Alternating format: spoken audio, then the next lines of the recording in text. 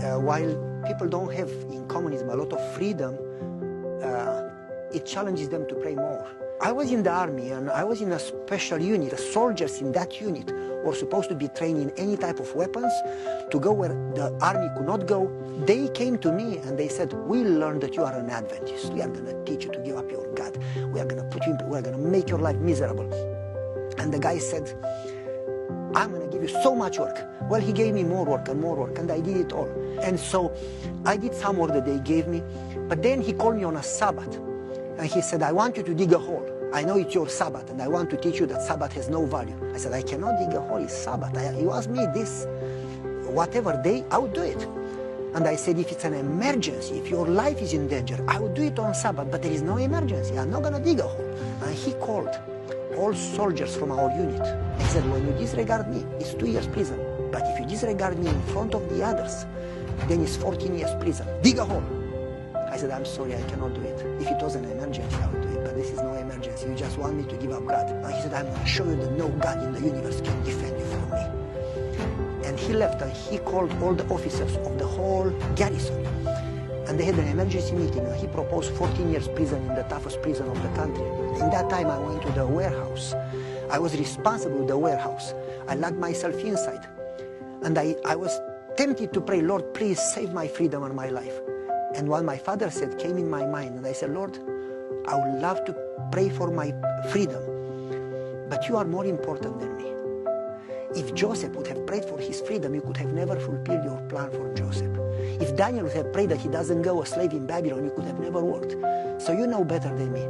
Do whatever would honor you and show them that there is a God in heaven. Somebody knocked in the door.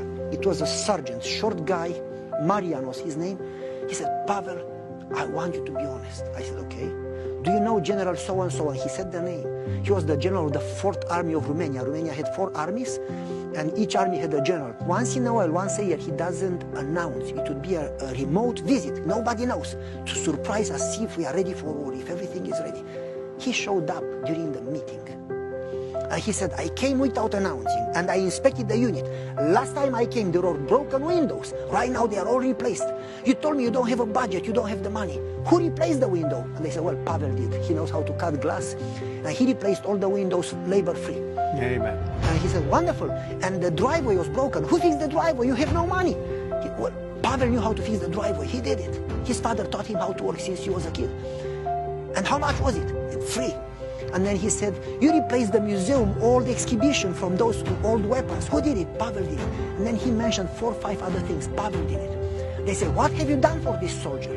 Last time when I came, all was broken. Did you give him something, a picture with the flag, a trip at home, some reward, something? No. Okay, why do you have a meeting, an emergency meeting? You want to put somebody in prison. Who? Pavel. Why would you do that? He doesn't work on Saturday. What did you ask him to do? To dig a hole. Does he work if it's an emergency? Yes. Does he go against the country? No. Then why do you go against him?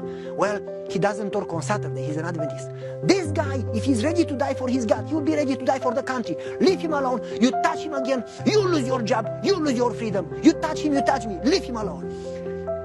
And then the sergeant said to me, I'm going to do whatever you want for you. You can go to church every Saturday. Just call him and tell him that I am taking care of you. After the sergeant left, the lieutenant came and said, we apologize for giving you a hard time. We are going to take good care of you. Just call the general. I said, I don't know him. Who do you know? I said, somebody bigger. You know the president? I said, no, somebody bigger. Who do you know? I said, I know God. They said, are you kidding us? I said, no. And from that day in the army, nobody touched me again. Every Sabbath, they would ask me to actually go to church and pray for them. And so I learned again and